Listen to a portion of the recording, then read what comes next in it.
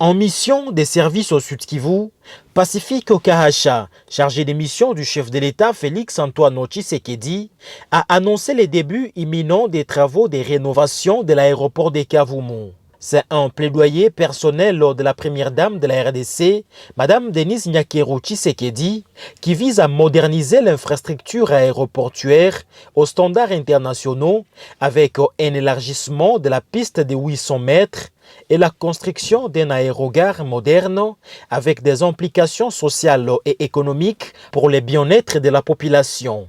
À ce jour, 30% du financement nécessaire a été débloqué et l'entreprise chargée des travaux a été sélectionnée. Donc, tout est fin prêt. Donc, d'ici le 15 novembre, en principe, vous allez voir le chantier être lancé pour la prolongation de la piste et la construction de l'aérogare de l'aéroport de Kavumu. Ceci a été un plaidoyer mené par la distinguée première dame et qui a porté fruit.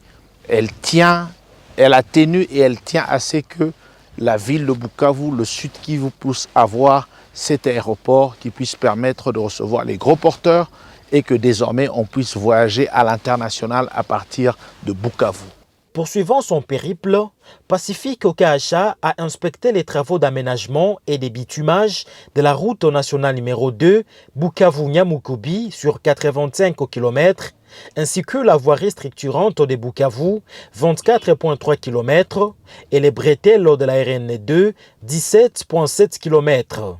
Ces projets, financés par la Banque africaine de développement BAD, grâce au plaidoyer du président Tshisekedi, sont essentiels pour améliorer la connectivité et la mobilité dans la région.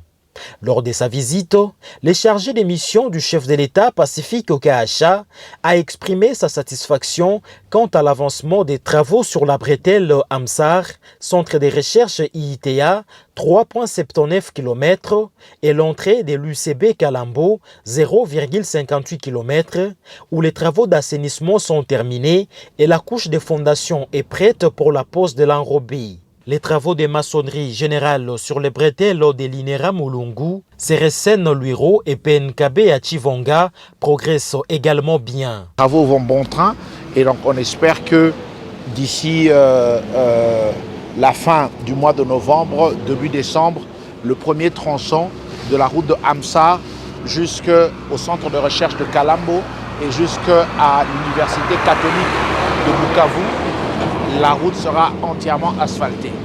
L'infatigable Pacifique Okahacha a également visité l'avenue Sayo à Bukavu, où l'entreprise Sino Hydro poursuit la construction des caniveaux en béton armé avant la pose de l'enrobé. À la Botte, toujours dans la ville de Bukavu, dans le cadre du programme des 100 jours du chef de l'État, l'entreprise Sokok continue les travaux de construction des caniveaux avec les compactages et les bitumages. Cette visite de Pacifique Okahacha souligne l'engagement du président de la République, Félix Antoine Tshisekedi, à améliorer les infrastructures du Sud Kivu, renforçant ainsi le développement économique et social de la région.